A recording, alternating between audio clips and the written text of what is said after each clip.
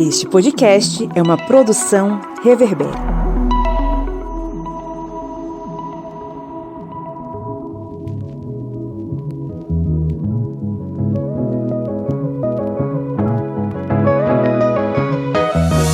Olá, ouvintes, sejam bem-vindos e bem-vindas novamente ao seu podcast sobre as ciências humanas, o podcast do Historiante. Sempre aqui com um prazer enorme de destruir a idiotice e os argumentos ignorantes com conhecimento e sapiência. Eu sou o Pablo Magalhães, estou aqui acompanhado do seu Kleber Roberto. E aí, pessoal, beleza? Estamos aqui falando diretamente das terras boas de Juazeiro, na Bahia. Estamos falando aqui nessa mesa redonda, sem ficar nos cantinhos da sala, rindo, com os outros fazendo suas rodinhas de conversa. Aqui é papo reto. A milhares de quilômetros de distância, o seu Felipe Bonsanto. Fala, galera, bom dia, boa tarde, boa noite. Como é bom estar de volta aos seus ouvidinhos.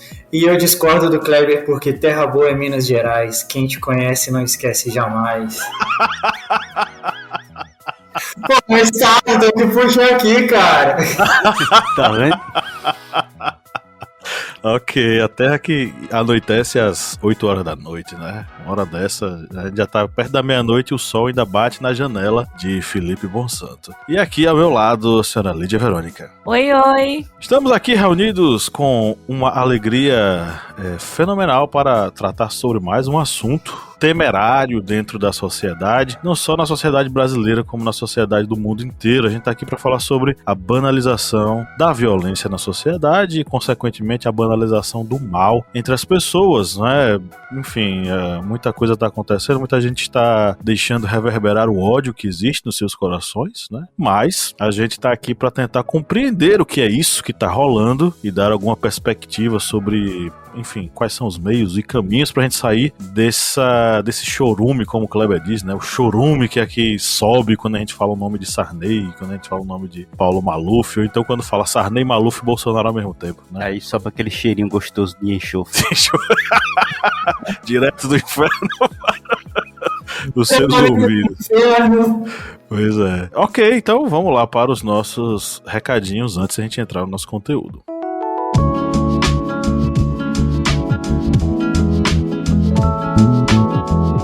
Kleber Roberto, você sabe de algum lugar onde alguém possa fazer cursos online pagando, deixa eu ver, R$4? Parece coisa de gerente doido, mas não é. É aqui no Historiante. Isso existe? Existe? Ah, olha só. Com certeza. E temos novidades vindo aí nos nossos cursos, porque a partir de R$4 você vai fazer parte aqui do grupo de apoiadores do Historiante, e com essa bagatela aí que é meio litro de gasolina, praticamente, você vai ter acesso à informação, porque estamos preparando novamente, digamos, o segundo round do curso da Escrita na História. Já temos aulas gravadas e vai vir novidade muito boa, porque esse curso ele é feito para quem estuda história, professores ou para aquela pessoa que deseja mais conhecimento dentro da história. Mas só tem esse curso lá, Kleber? Não, tem muito mais cursos. Você pode ter acesso também ao curso de filosofia com o professor aqui, Pablo Magalhães, que esse cara aqui charmoso aqui, é tiktokeiro. Se ele fizer um TikTok assim, Deus bate me 1 livre. milhão assim. Deus me livre. Cantando aqui João Gomes. Meu Deus do céu, não sei nem do que se trata. Mas você vai fazer parte do grupo de apoiadores do Historiante, vai ter acesso a esses cursos e vai ter também acesso ao sorteio mensal de livros. Lembrando que temos novidades recebendo aí das editoras parceiras, como a editora Contexto e muitos outros que estão sendo sorteados aí para vocês. Vamos dar um abraço direito para as editoras, né? A editora Contexto e a editora Sextante, que colaboraram conosco, e também a editora Intrínseca, que vem fazendo essa parceria conosco aí ao longo desse 2021 maluco em que a gente se enfiou. Bom, como o Kleber já deu o recado, a partir de R$4 mensais você acessa os cursos que a gente oferece só para os apoiadores, você acessa todos os podcasts secretos, vídeos especiais, enfim, além do sorteio mensal de livros. É muita coisa que você tem acesso por apenas R$4. E ainda tem direito a certificado, porque isso faz parte, né, do curso. Você terminou o curso, você recebe um certificadozinho lá de que você acessou, né, o material, e recebe um certificado de 30 horas acadêmicas acadêmicas. Kleber, a gente só tem a agradecer os nossos apoiadores, porque isso só existe por conta dos apoiadores, né? Isso mesmo, para as pessoas que acreditam aqui no Portal Historiante, que tem toda essa gama de informações, que acreditam e apoiam o Historiante. E aqui eu vou mandar um abraço, eu ia dizer caloroso, mas aqui tá tão quente, eu vou dizer um abraço afetuoso, que é melhor, porque tá muito quente. Um abraço gelado. Um abraço assim, aquele, um abraço colinos. Nossa, que... Então, vamos mandar esse abraço para Lucas Tavares, Marcelo Raulino e a nova apoiadora Ana Paula Siqueira Balduino da Silva. E para todos os outros, sintam-se aqui abraçados, sintam-se aqui tomando o nosso cafezinho e comendo aqui uns quitutes. Obrigado a todos e valeu pelo apoio. Quando o Kleber começa a se enrolar, ele fala umas coisas sem noção. É porque o gerente ficou louco, gente.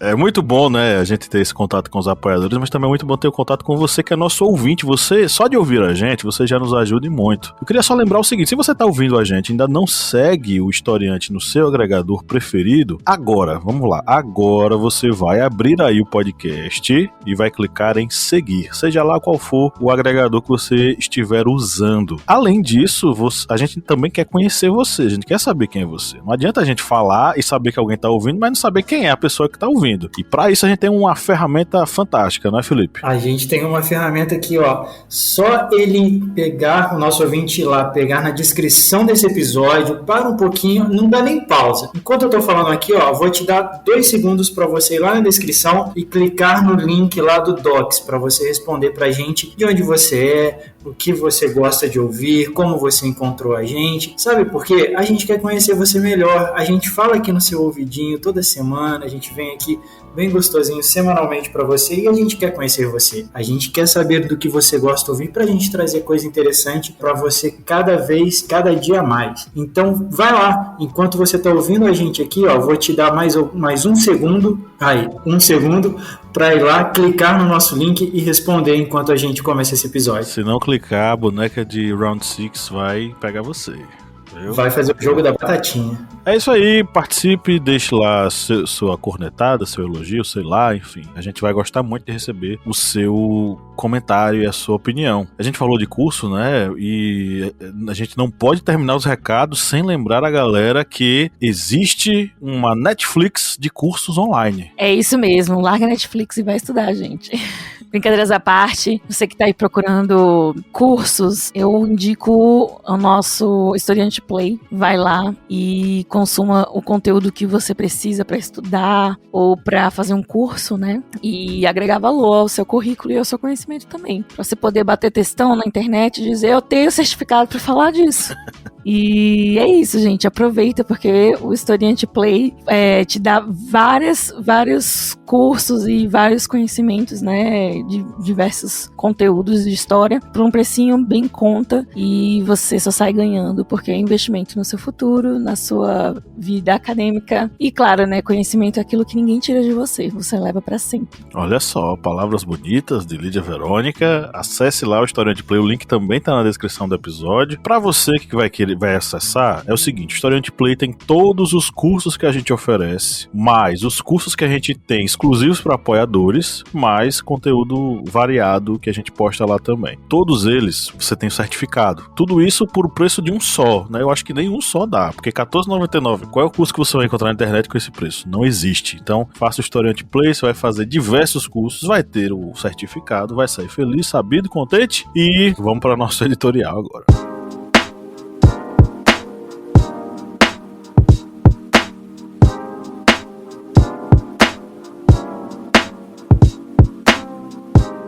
O julgamento de Nuremberg foi um marco fundamental para o desfecho da Segunda Guerra Mundial. O evento em si simbolizava o fechamento de um ciclo de violência, mortes e destruição que incorporavam o projeto nazista de dominação. O tribunal reuniu os principais nomes do partido nazista. Estavam lá Hermann Göring, Rudolf Hess, Joachim von Ribbentrop e alguns outros oficiais que, diretamente, orquestraram as diretrizes fascistas na Alemanha de Hitler. Mas a ausência de muitos outros também foi algo que não passaria batido. Um deles era Adolf Eichmann, oficial nazista responsável pela morte de milhares de judeus nos campos de extermínio que tinha paradeiro desconhecido. E assim ficou por quase 2 décadas até ser encontrado pelo Mossad, o serviço secreto israelense no interior da Argentina, em 1960. Por 4 meses, seu julgamento amplamente divulgado e televisionado para o mundo foi acompanhado de perto pela correspondente jornalística Hannah Arendt, naquela época já uma filósofa consagrada. O encontro desses dois seria fundamental para a formulação de um conceito importante para a sociedade contemporânea: a banalidade do mal. Analisando o caso de Eichmann, Hannah perceberia que o mal pode ser algo comum e pode estar na mais medíocre criatura, como o próprio alemão que estava ali sendo julgado. Eichmann era o mais comum dos homens, educado, inteligente e o mais intrigante. Afirmava que particularmente não era antissemita, era apenas um cidadão cumpridor das leis na Alemanha nazista. Vulgar na aparência, indiferente nos sentimentos, como Arendt escreveria na cobertura para o The New Yorker, Eichmann utilizaria como argumento de defesa que não teria qualquer escolha quanto às ordens que recebia, devendo apenas cumpri-las. Também dizia não ter culpa alguma sobre a solução final, uma vez que apenas executava ordens vindas de seus superiores. Segundo Arendt, o mal seria trivial e não possuiria profundidade alguma.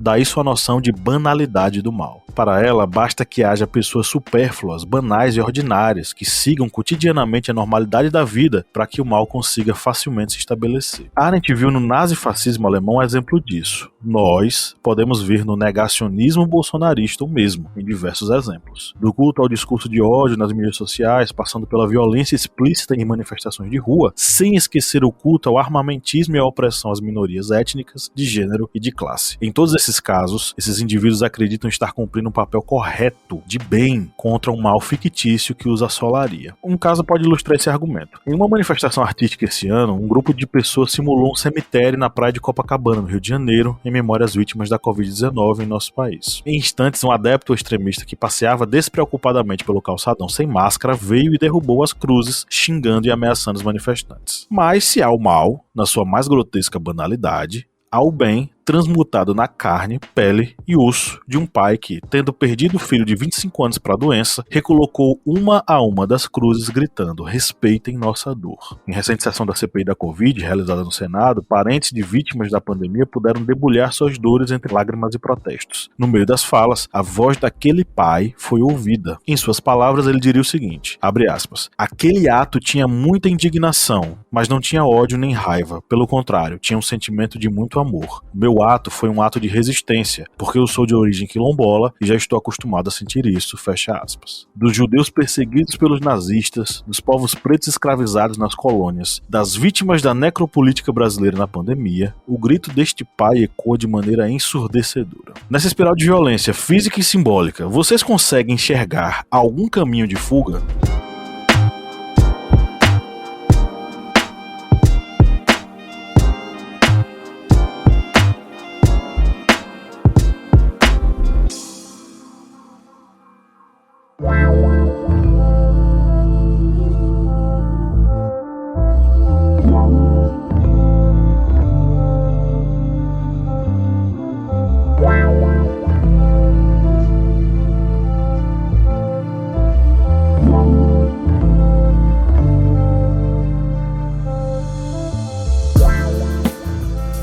Acredito que não. Infelizmente, a nossa sociedade está cada vez mais banalizando essa maldade. Está cada vez mais fazendo com que a crueldade se torne algo do cotidiano das pessoas. Algo que, se aquilo ocorreu, normal, simples, vai ocorrer novamente. Quando estávamos preparando aqui o texto, eu até compartilhei uma publicação sobre o comentarista de futebol Casagrande, que ele comentou sobre essa questão da violência que está ocorrendo no Brasil. E ele fez com uma citação o que ocorreu, por exemplo, no jogo, no último domingo do Grêmio. A gente está gravando aqui no meio da semana, já teve um jogo do Grêmio com o Atlético, mas um jogo anterior com o Palmeiras, onde torcedores do Grêmio invadiram. Quebraram o VAR.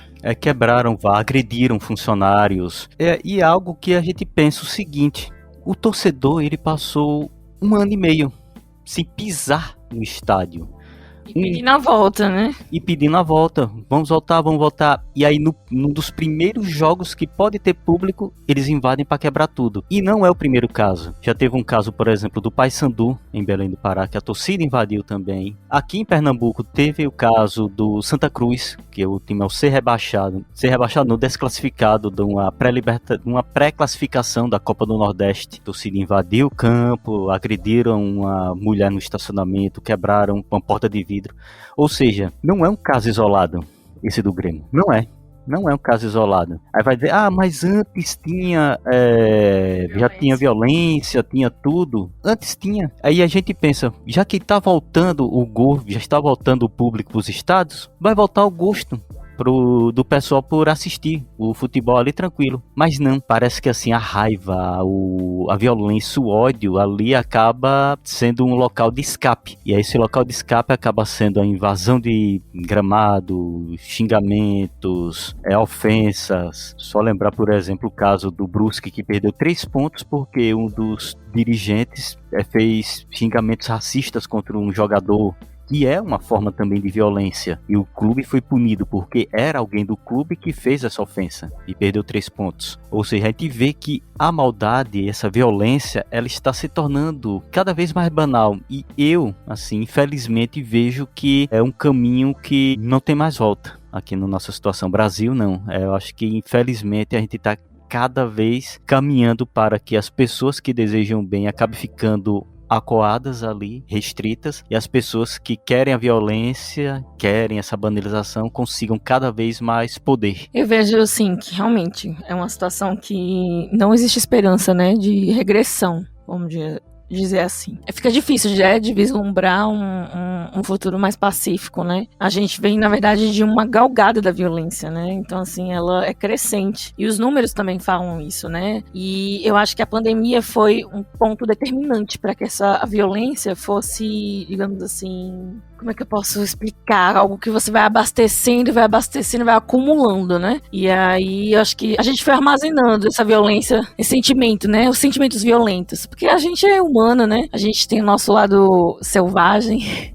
Lembrei aqui que eu vou indicar mais na frente, mas eu já trouxe em outros episódios o filme Relatos Selvagens. Que a ideia do filme é que todos nós temos um lado selvagem, né? E quando a gente chega no nosso limite, a gente demonstra ele. Enfim, eu acho que nos últimos anos a gente tem andado sempre no limite. Eu acho que essa insatisfação social, essa infelicidade, né, social, por conta da economia também, eu acho que é um grande influenciador na questão Brasil, né, América Latina e tudo mais. Então, assim, a pandemia, ela veio ainda mais, digamos assim, dar mais gás a esse sentimento de violento que a gente carregava, né, de insatisfação social e tudo mais, e aí a gente ficou dentro de casa. Os números de violência doméstica aumentaram muito durante a pandemia, justamente porque a vida social foi parada, né, e aí a gente perdeu a nossa capacidade de exercer aquela famosa cordialidade do brasileiro, né, aquela falsidade social pra parecer bonzinho, ou bom, ou simpático, ou legalzinho, e a gente ficou em casa com pessoas que já conhecem o nosso lado ruim. Então, eu acho que isso abasteceu, digamos assim, os nossos sentimentos violentos, né? Enfim, e aí a gente vem também, né, de uma questão muito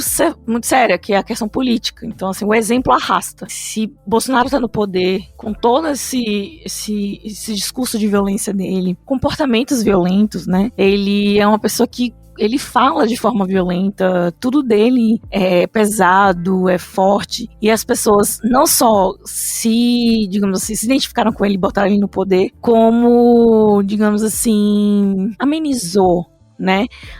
Ele é assim mesmo. Eu também sou ruinzinho, acho que as pessoas pensam assim, né? Eu também não sou perfeito, então tudo bem Bolsonaro ser assim. Então acho que o exemplo arrasta, as pessoas perderam a vergonha de demonstrarem sentimentos violentos. Por quê? O chefe do Estado não é punido, o chefe do Estado não é criticado, né? De uma forma assim, penalizado mesmo, por seu comportamento, por suas falas e tudo mais. Então o brasileiro instintivamente, ele pensa que ele pode banalizar aquele comportamento também, porque a justiça não tá sendo, digamos assim, educativa. Ela não está educando nossa sociedade, né? Punindo o Bolsonaro, por exemplo, que é o nosso maior exemplo de, digamos assim, violência, né? Crescente, inclusive, justamente por conta dessa banalização que a gente tem de falar das falas dele e tudo mais. Enfim.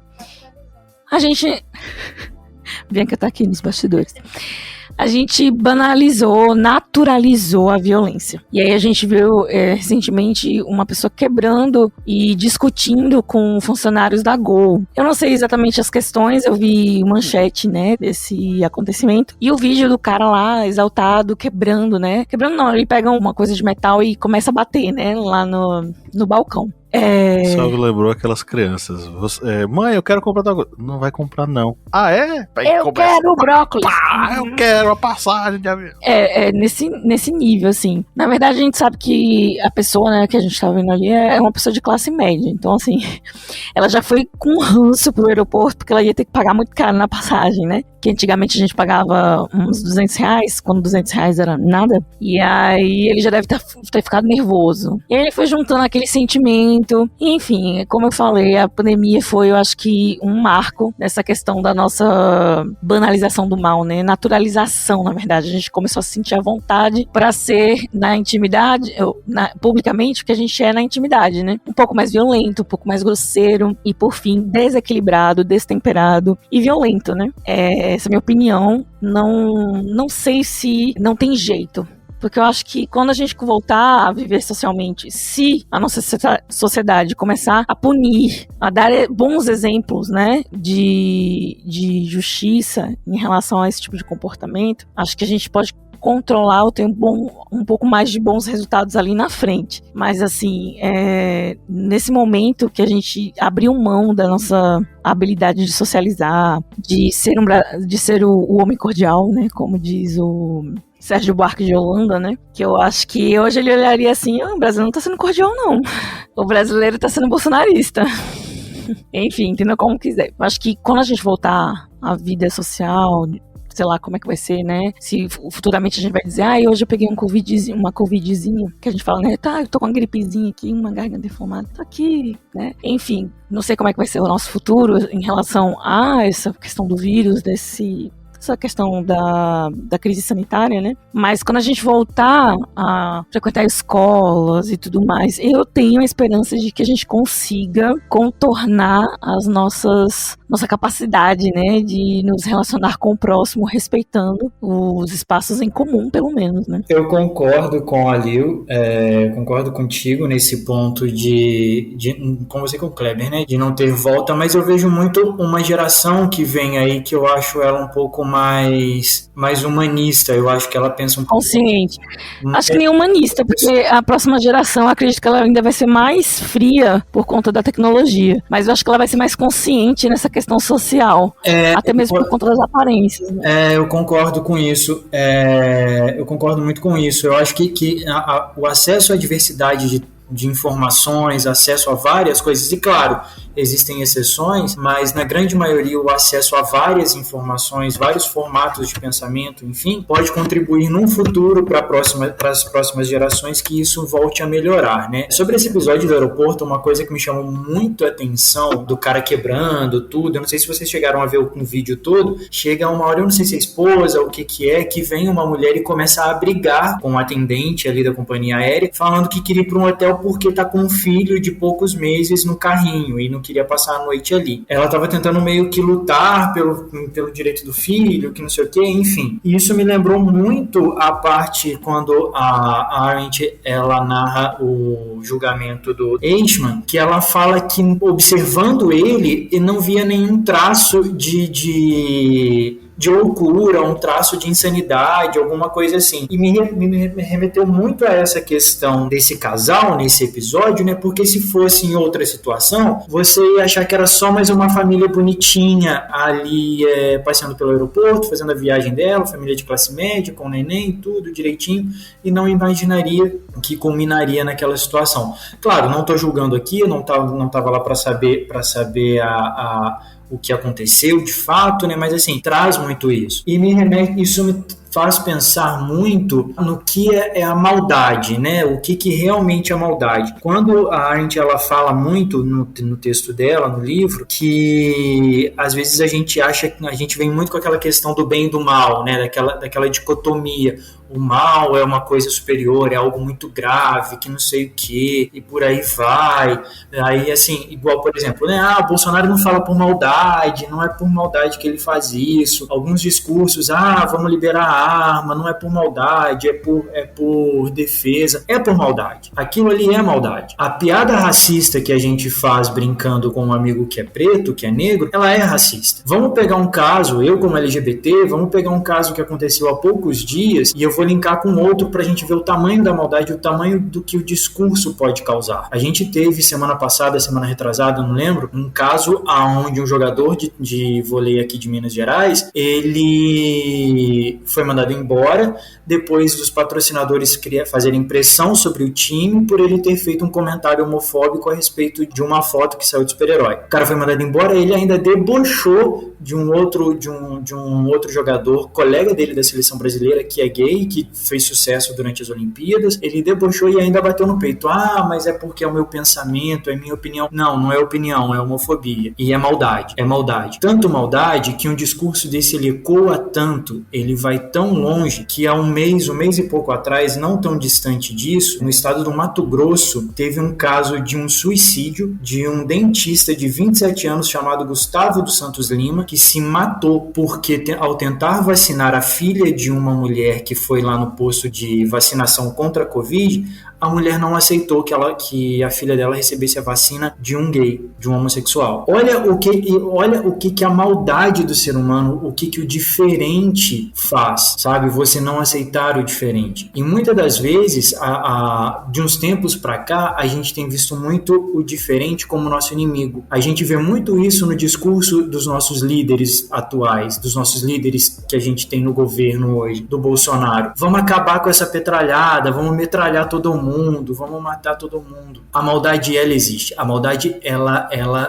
tá representada desde o pequeno gesto até a ponta onde acontece o assassinato, sabe? Então, assim, eu me questiono muito nesses pontos. Um exemplo rápido até aqui pra gente dar continuidade. Aqui do lado da minha cidade, a gente conversou um pouco fora do ar sobre isso. No final de semana foram mortas 27 pessoas, 26, 27 pessoas que estavam organizando assalto a banco. A polícia daqui de Minas Gerais matou 26, 27 pessoas. Vários comentários, não defendendo o que aconteceu, mas vários comentários na internet falando assim, são menos tantos CPFs no Brasil, não tá nem aí, sabe? Tipo, matou, é menos maldade, é menos gente ruim no mundo. Será? Sabe? Eu crio muito esse ponto de interrogação aí e vejo muito isso. Hoje a gente vê muito diferente a pessoa que pensa diferente da gente como nosso inimigo, e muitas das vezes a gente quer eliminar o inimigo e a gente não aceita sentar à mesa e ouvir, né? Ouvir o que a outra pessoa tem a dizer.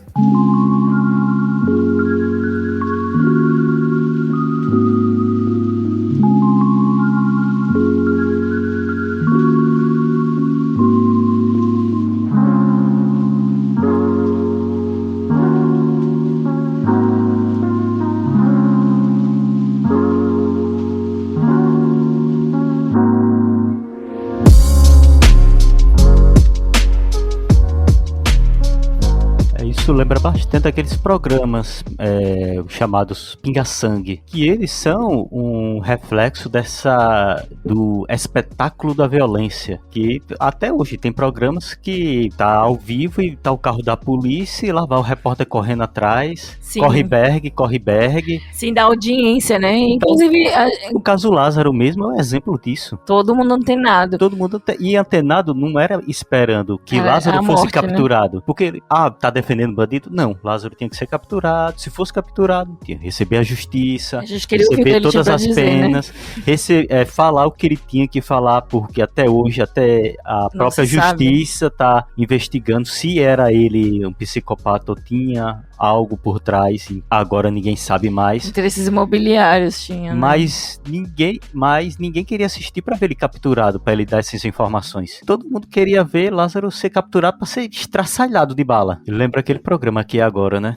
Aqui e Agora, famoso. Aqui e Agora. Gil Gomes. Mas eu lembro que quando eu fui morar em Recife, né, me chamou bastante atenção os programas locais. Eles mostravam o corpo lá, o sangue escorrendo. a cabeça com a bala, sabe? Assim, o repórter friamente, né? Pra mim é friamente, não é profissional, não. Ele friamente ali do lado do corpo, relatando como foi o crime, quem era, sabe? Tipo, eu acho que isso também é uma coisa que, digamos assim, aquela história do exemplo arrasta, né? O cara tá ali do lado do corpo, digamos, ainda quente, né? E morto, e tá passando a notícia, e quem tá em casa, eu tô em casa, eu não vou sentir aquele sentimento de pesar e tudo mais, porque o jornalista tá indiferente com aquele corpo morto ali. É um freak show, né? Vira um freak show o negócio. Sim, virou entretenimento e, tipo, informação. Tem um corpo morto ali.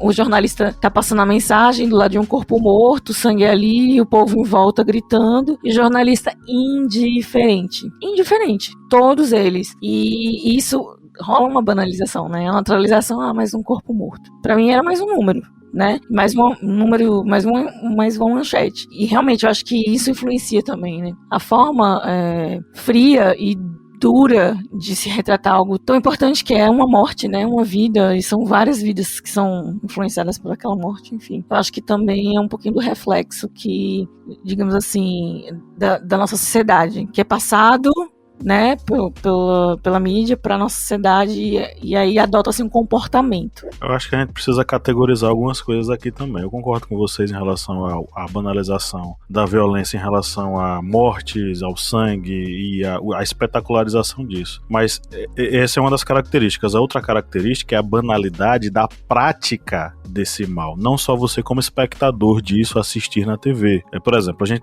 levantou aqui alguns dados em relação à situação da violência no Brasil. A gente tem aqui que o número de indígenas assassinados no ano passado foi o mais alto em 25 anos, né? Esses aí são dados do Conselho Missionário Indigenista. 182 assassinatos, o ápice que aconteceu no ano 2020. Esse recorte é feito desde 1995. Aí você vai ter jornalistas sendo alvos de violência, e não só violência verbal, sendo chamados de lixo, etc, etc, mas também violência física, como aconteceu com os jornalistas lá em Roma, que foram quase que espancados, celulares jogados no chão. O Jamil Chad lá quase perdeu o celular. Também faz parte disso, né? Agressão física, mas agressão também verbal. Aí você pega os dados em relação ao assassinato de travestis e gays no Brasil, e inclusive o dado é que travestis morrem mais do que gays, são assassinados em um número maior do que gays, e aí a estatística é 2020. É de que 70% dos dados são relacionados a travestis. 161 travestis foram vítimas de transfobia, homotransfobia. Ao todo, 237 pessoas LGBT morreram de forma violenta, foram 224 homicídios e 13 suicídios. Esses dados foram levantados lá no relatório anual de mortes violentas de LGBT no Brasil, que é um relatório que é feito há 41 anos aqui, né? O Grupo da Bahia é a única, só te cortando um pouquinho, Pablo, é a única ONG, é a ONG mais organizada no Brasil que faz esse levantamento. Entendeu? Pois é, e são dados que são sintomáticos. Além disso, a agressão ao pessoal do MST e crueldade com as pessoas lá nos assentamentos, enfim, que foi relatado, pelo Consórcio Nordeste, né, denunciado pelo Consórcio Nordeste. Enfim, é um pacote de todas essas coisas. Mas o que eu queria chegar era justamente no cara lá do aeroporto que fez aquele show, ou do cara do McDonald's, do ketchup.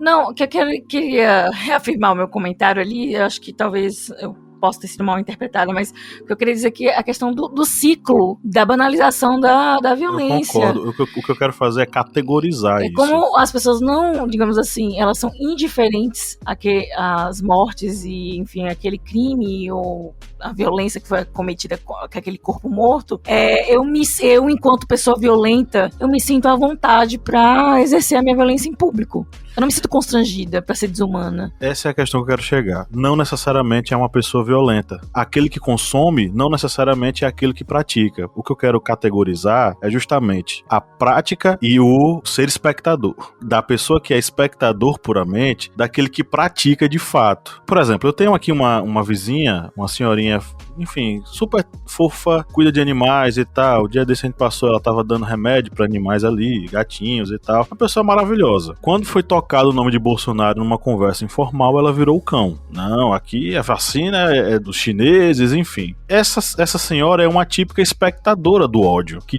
pode até destilar o ódio, mas de uma forma completamente passiva. Isso é uma categoria. A outra categoria são pessoas que vão lá e praticam atos violentos, e é o que é o conceito da banalidade do mal da Hannah Arendt. Pessoas que não têm qualquer estereótipo de que vão praticar determinada coisa. O Eichmann é quase nosso vizinho que compra pão ali na padaria e dá bom dia para as pessoas, uma pessoa super legal. Só que no final das contas ele foi responsável pela morte de diversas pessoas. Ele agiu para matar pessoas, sendo que ele não considerava aquilo errado. Ele simplesmente estava agindo de acordo com as regras e as leis que estavam acontecendo. A gente está falando aqui de pessoas que vão executar isso. Essas pessoas que fizeram isso, enfim, no McDonald's ou o cara lá do aeroporto, eles foram não apenas os espectadores, eles foram os praticantes desse mal. E com certeza terminou aquilo ali, ou antes daquilo ali, eles estavam passeando com os filhos deles tranquilamente. São pessoas amáveis, são ótimos filhos ou ótimos pais, ou nem tanto, ou de forma alguma. Mas eles chegaram àquele ponto e praticaram essa violência justamente porque eles possivelmente não têm a mínima noção de que aquilo é errado, ou acreditam que agir daquela forma tem certa moralidade. Quando o cara diz, tem que matar a petralhada toda, e chega na igreja e diz,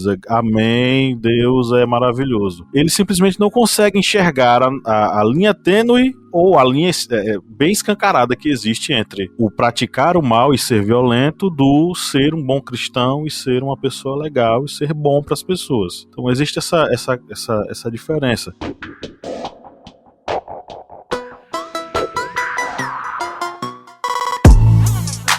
Enfim, vamos para as interações com os nossos ouvintes. Você que nos ouve, saiba que você pode interagir conosco através do @historiante no Facebook, Instagram ou Twitter. E aí você vai lá e deixa seu comentário. A gente faz postagens com os temas dos programas, dos episódios, e aí você vai lá e deixa o seu comentário para interagir conosco, e com certeza a gente vai ler seu comentário aqui ao longo das gravações. E aí, pessoal, o que foi que vocês separaram hoje? Tem um comentário aqui. Vai, Cleber. Pode, Felipe? Pode ir. Vamos fazer cara ou coroa. Então deixa eu puxar aqui. É o comentário que foi comentado quando fizemos a pergunta no History, que é de PS Marlon, que o nome dele é Marlon Pereira da Silva, fotógrafo amador, leitor e mamífero. As fotos até legais que ele tem no perfil dele. E ele comentou o seguinte: difícil dizer, pois apesar do acesso à informação, parece que não temos a solução a ponto de apresentá-la. É aquilo que dá para recordar no início.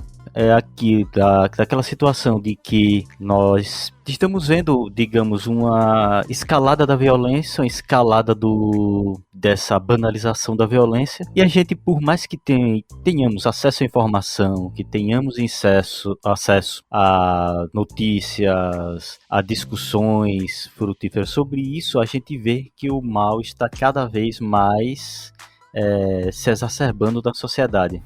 Eu vou comentar aqui a do Marcel 7KSS, que ele fala um pouco até sobre... dá até um parâmetro a respeito do que o Pablo falou agora há pouco. É preciso estabelecer a ideologia da violência que perpassa todas as suas manifestações: xenofobia, racismo, misoginia, discriminação, preconceito, machismo, armamentismo radical. Isso será útil para que se possa abordar a violência de maneira sistêmica, já que ela contamina toda a cultura, as leis, as instituições, a linguagem e os governos. É preciso lutar contra as causas do fascismo ou contra o que o alimenta. Nisso daqui, ele me remete muito à questão de como a gente incorpora capas nas pessoas para justificar a violência dele, né? A violência àquela pessoa ou àquela comunidade, enfim. Muitas das vezes a gente, até no que a Armin fala, a gente cria algumas capas.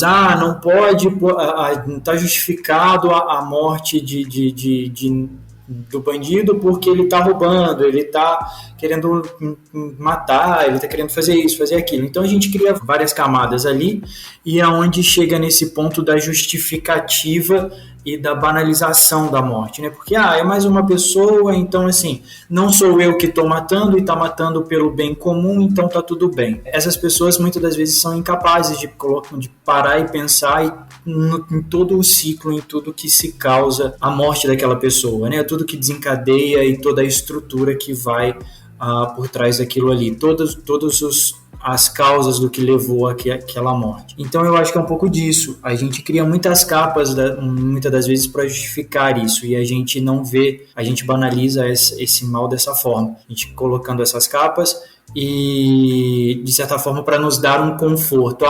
Está sendo de útil para a sociedade, vai ser de bom uso, né, para a sociedade, então tá tudo bem. Eu penso dessa maneira a respeito do comentário desse nosso participante aqui. Olha aqui o do Emo Boy ATI. Não consigo ver o nome dele porque no perfil dele também não tem o nome, mas essa é a arroba dele. A não ser que o nome dele seja Enreulik. Ok, então vamos lá. O Emo Boy ATI falou aqui: mais do que banalizada, a violência é forma de entretenimento no mais variados níveis, desde discussão nos reality shows, como até as vias de fato em esportes como o UFC, é tipo rinha de galo, só que com gente. A violência tá tão disseminada, né?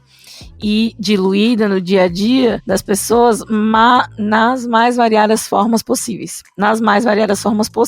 Que dificilmente choca. Foi o que eu estava querendo dizer, né, naquela hora. Vivemos num país onde o filho do Superman ser bi causa mais impacto e estranhamento do que a violência. Na forma que for, poderia... Vou ler de novo, gente, porque ele tá abreviando várias palavras e... não entendi. Vivemos num país onde o filho do Superman ser bi causa mais impacto e estranhamento do que a violência. Na forma que for, poderia causar. Eu acho que eu entendi. E é exatamente aquilo que eu falei, né? Na questão das pessoas banalizarem tanto, né? Naturalizarem, a verdade, a palavra. Que elas nem se chocam mais. Mas aquilo que causa estranheza, né? Que é aquilo que vai contra o conservadorismo, é algo que pode ser violado. Que no caso é a homoafetividade, né, que é a história do Superman bi aqui, e o entretenimento, a violência no entretenimento. Não vou dizer que o entretenimento é violento, né, mas a violência no entretenimento também gera esse tipo de banalização, dessa naturalização, né, e aí o UFC é um esporte, né, digamos assim, é legalizada essa violência. E no reality show também, né, o que dá ibope é as tretas. E por mais que não cheguem às vias de fato, é a verbalização da violência, né? Uma violência verbal. E realmente isso no nosso entretenimento acaba aqui naturalizando e a gente acaba gostando, né? De ver aquilo, nossa, violento. Violento não, né? Mas foi forte, foi enérgico e tudo mais. E, enfim, a gente acaba só se chocando com aquilo que vai contra os nossos princípios, sejam religiosos ou sociais, enfim. E acaba manifestando, né, uma violência, um repúdio exacerbado sobre aquilo que causa estranheza, justamente pela violência no geral ser um pouco naturalizada. Enfim, não existe Superman, tá, gente? Então é isso, agradecemos a todos que mandaram suas mensagens e que colaboraram com o episódio de hoje. Lembrando mais uma vez que você, ouvinte, você pode interagir conosco, basta você mandar as mensagens para o @ohistoriante no Facebook, Twitter ou Instagram, onde você quiser, qual rede do metaverso do Zuckerberg você quiser interagir com a gente. Vamos para nossas indicações.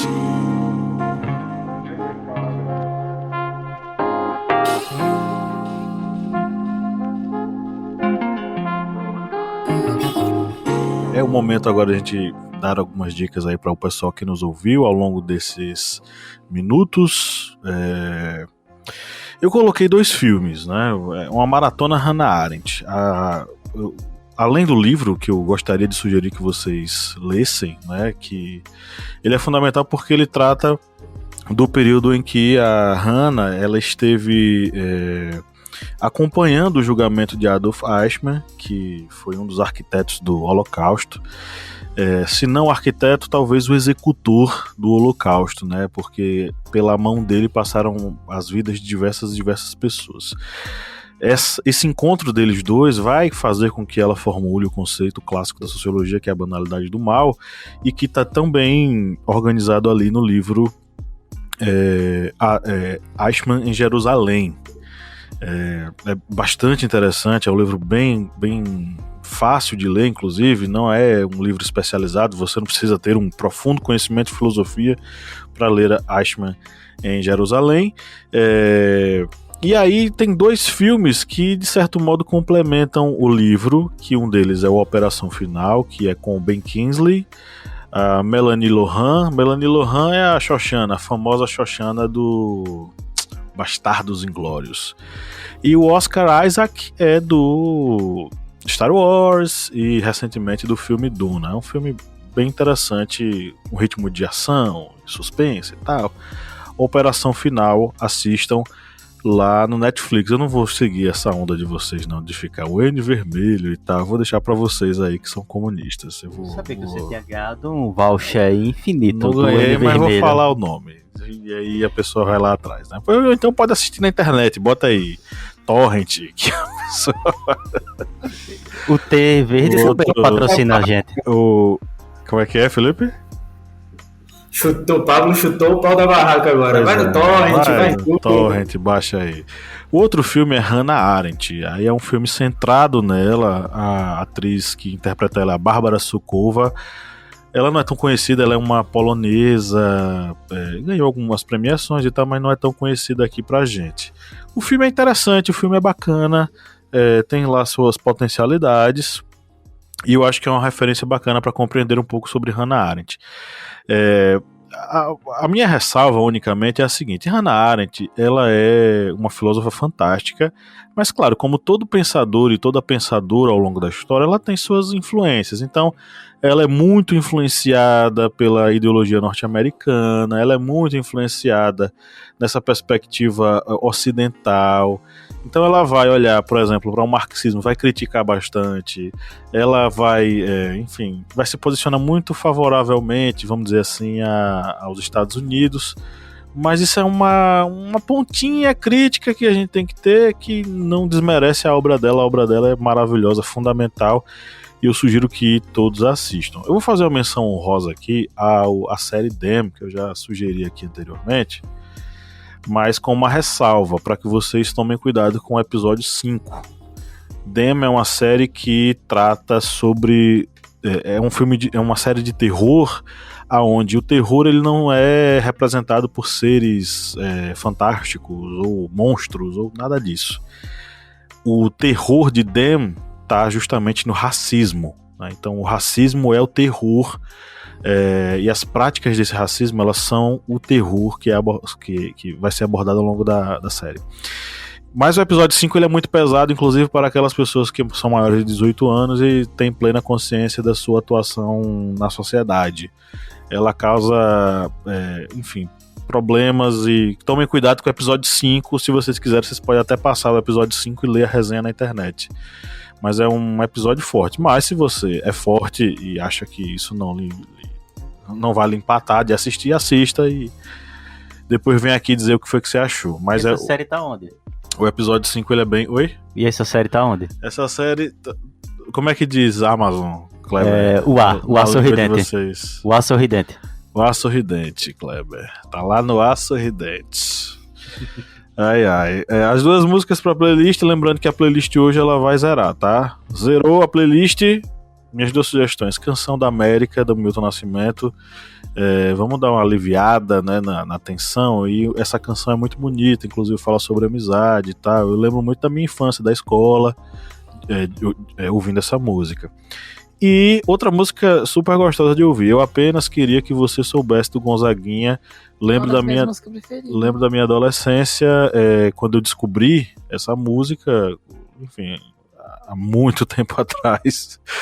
E eu assisti o clipe da versão que Gonzaguinha canta com o pai dele, né, com o Luiz Gonzaga no palco e tal. É um momento, das filhas dele também, muito linda a versão delas. Eu lembro desse clipe, eu achei muito bonito. É tocante, me lembra a minha adolescência. Então, são 2 canções bem levezinhas aí para aliviar o coração do ódio que paira sobre a sociedade brasileira. E aí, o que é que vocês têm para sugerir, galera? Eu vou na minha indicação aqui, então.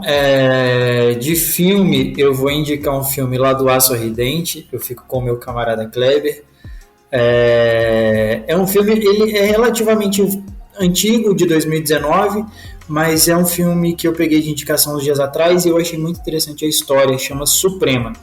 O filme ele conta a história da Falei o nome dela aqui, Ruth Ginsburg. É a primeira mulher que foi indicada à Suprema Corte Americana na década de 90 e conta a história dela desde a época da faculdade, com o esposo, as dificuldades, tudo para ela poder estudar, junto com o esposo, que também fazia direito em Harvard, e até o primeiro caso dela, que é um caso de gênero nos Estados Unidos, de um cara que cuida da mãe e a lei vê alguma coisa ali para o cara não poder cuidar da mãe, não pagar os impostos e cuidar da mãe. E aí conta toda a história dela e a ascensão dela até a Suprema Corte. É um filme muito legal, muito interessante. Gostei muito, super indico o filme. E de música, eu vou indicar aqui uma do Strokes, que vem agora no festival ano que vem, é uma banda que eu gosto muito. Uma música do álbum mais recente deles, chamado The Adults Are Talking. É uma música bem interessante que fala sobre conhecimento pessoal. E eu vou indicar a música da deusa Maria Bethânia, que para mim é a melhor cantora brasileira, do álbum mais recente dela, O Noturno, chamado 2 de Junho, sobre a morte do assassinato, né, do menino Miguel em Recife, que caiu do 5º andar do prédio, e ela faz uma homenagem ao Miguel nessa música 2 de Junho. Bom, eu vou indicar dois filmes onde a temática é semelhante, violência contra a mulher.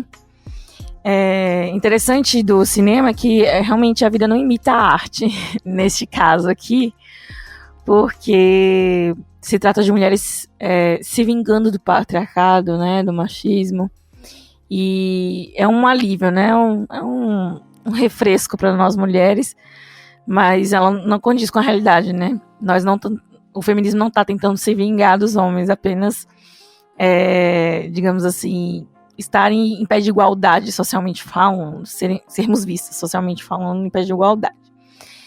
Enfim, não vou entrar nessa questão, mas o filme traz bastante violência, ambos os filmes. Embora a gente assista sabendo que não condiz com a realidade, traz uma reflexão, né? Imagina se as mulheres estivessem tentando se vingar do patriarcado e do machismo. Mas eu não acho que essa seria a saída para, né, essa discussão. Embora os filmes sejam, digamos assim, dá uma lavada na alma, a violência retratada aqui, ela não sugere, digamos assim, uma educação, né, para a sociedade.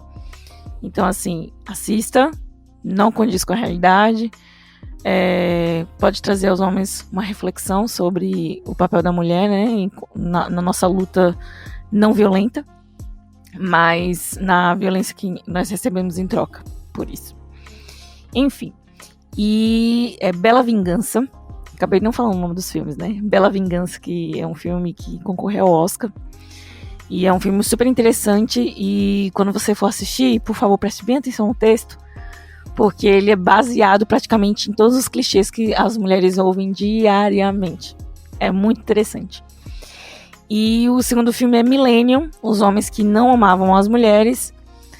E, enfim, é aquilo que eu falei, é a mesma temática, violência contra a mulher. E como nós poderíamos nos vingar, né, dessa violência, dessa injustiça. E a minha indicação de música é apenas uma. Foi uma música que eu passei o dia ouvindo. Eu acordei com esse vídeo praticamente do WD. Ele fez uma apresentação no The Voice semana passada e estourou. A música dele, Eu Sou, que fala sobre a resistência preta, né? E ele fala sobre o cabelo, seu cabelo é preto, seu cabelo é lindo preto, sua boca é linda, sua cor é linda preto. Sobre essa questão da aceitação, né, dos padrões de beleza. Essa música é linda e ela fala sobre a história dele. Então, assim, vale muito a pena ouvir essa música. Ela tem uma mensagem muito forte, muito bonita. E ele que escreveu e fala sobre ele também. WD, Eu Sou. O Felipe falou o Camarada Kleber, né? A gente vai fazer uma camisa agora. Camarada Kleber, fazer um bonequinho só pra esse personagem criado aqui. Camisa vermelha e aquela boinazinha com estrelinha. Bem aquela boinazinha bem Che Guevara, sabe? Exatamente. Bem, as minhas indicações, eu vou indicar um filme, que eu acho que é um filme que muitos que estão ouvindo até já ouviram. O filme é Um Dia de Fúria, com o Michael Douglas. Que ele é um funcionário que ele perde um emprego, ele já está passando por problemas psicológicos, e ele surta. Literalmente, nesse dia, digamos, perdeu o emprego, foi a gota d'água. E ele começa a, literalmente, sair com essa fúria para todas as pessoas que ficavam, digamos, na frente dele, tentando impedir ele de fazer as coisas. E ele vai conseguindo armas com isso. Teve até uma cena em Um Dia de Fúria que lembrou esse caso do McDonald's. Quando ele entra na lanchonete, ele pede um café e as atendentes dizem... Já tava na hora do almoço. Já tava na hora do almoço, a homem surta. Essa cena é um clássico. Só que aí ele não joga o sanduíche no atendente, ele tira uma submetralhadora. Eu quero café, e a Lady já tava passando pelo É problema. o meme do velhinho. Eu quero café! Eu quero café! Isso aqui é uma boa! White people problem, né? É o famoso white people problem. E é exatamente essa questão da violência que acaba explodindo no homem. Ele, logicamente, tá um personagem ali que estava passando por problemas psicológicos. E aí perdeu o emprego, ele já tinha se separado, tudo isso acabou se tornando uma bolha que explodiu neste Dia de Fúria. Quem não assistiu, aconselho a assistir, porque é um filme bem, assim, conhecido por pessoas que acho que vão acabar se identificando na hora dos estresses dele. Como música, eu vou fazer duas indicações. Uma música da banda Pearl Jam é a música To The Evolution, que o videoclipe é exatamente isso que nós comentamos aqui, a violência na sociedade. It's evolution, baby! Exatamente. E a sociedade ela vai evoluindo e consigo vai levando a violência, que vai só vai se adaptando àquela sociedade. Ela vai se modernizando e a violência vai se modernizando com ela. E a outra música da banda Sepultura, Slave New World. Essa música, na letra traduzida, é pessoas que acabam perdendo sua liberdade diante da violência das pessoas más. A maldade faz com que as pessoas livres acabem perdendo sua liberdade. Estão aí minhas indicações. É isso aí, então, lembrando que a gente tá iniciando a playlist, né, hoje, então... É tapa na orelha, Sepultura aí, Pearl Jam. É isso aí. Então é isso, obrigado a todos e todas que nos acompanharam nessa quase uma hora aí, eu acho, de gravação, de podcast. Espero que seus ouvidinhos tenham recebido muito bem todas essas informações que foram dadas com muito carinho. Praticamos aqui hoje o dia inteiro a linguagem da não violência, apesar de a sociedade estar violenta pra caramba, né? E eu acho que se a gente puder dar um recado, o Kleber é o arauto do apocalipse, né? Ele diz, não, as coisas não vão mudar e vai ser daqui pra pior e acabou-se, enfim. Vamos terminar com uma mensagem bacana. Se as coisas não vão mudar, pelo menos vamos tentar mudar a partir da gente e tentar não disseminar o ódio da forma como tá acontecendo. É o convite que eu faço para os nossos... Quando eu vejo os bolsonaristas aí, pessoal, que achava que o Brasil ia virar o Velho Oeste quando o Minto ganhasse, que eu acho que eles pensavam isso, todo mundo ia dar com 38 na cintura. Claro, a gente não vai chegando, a gente não vai terminar esse podcast com essa... Eu vou cortar sua fala. Você censurado. Você vai ser censurado, porque a mensagem é que, cara, se a sociedade não vai mudar, a gente tem certeza que não vai mudar. Pelo menos vamos tentar praticar não violência, vamos tentar refletir um pouco. É o recado que a gente vai ter que deixar, porque se continuar do jeito que vai continuar, que tem aquela fala, né? Se a humanidade ficar na pegada do olho por olho, vai terminar todo mundo cego, né? Então, vamos tentar passar essa mensagem. Pratique a não violência, por mais que seja difícil para você e para todos nós. E lembrando que se você chegou até aqui é porque você gosta da gente, e fica o convite. Que tal ser apoiador? Vá no apoia.se/historiante. Com apenas 4 mensais você nos ajuda a manter o projeto e ainda recebe coisas bacanas para você, exclusivas, tá? A gente fica por aqui, um grande abraço, e no 3 vamos dar nosso tchau coletivo para encerrar esse episódio. 1, 2, 3, tchau! Tchau! Tchau! O Felipe, chega. Felipe, o seu tchau veio cortado. Faça aí sozinho, você. Cortado e depois do Réveillon, né? Vá. Ele foi cortado? Peraí, tchau! Pronto, Em agora foi. 2022 ele chegou. Tá. Eu só ia dizer que só com racista a pessoa tem que quebrar.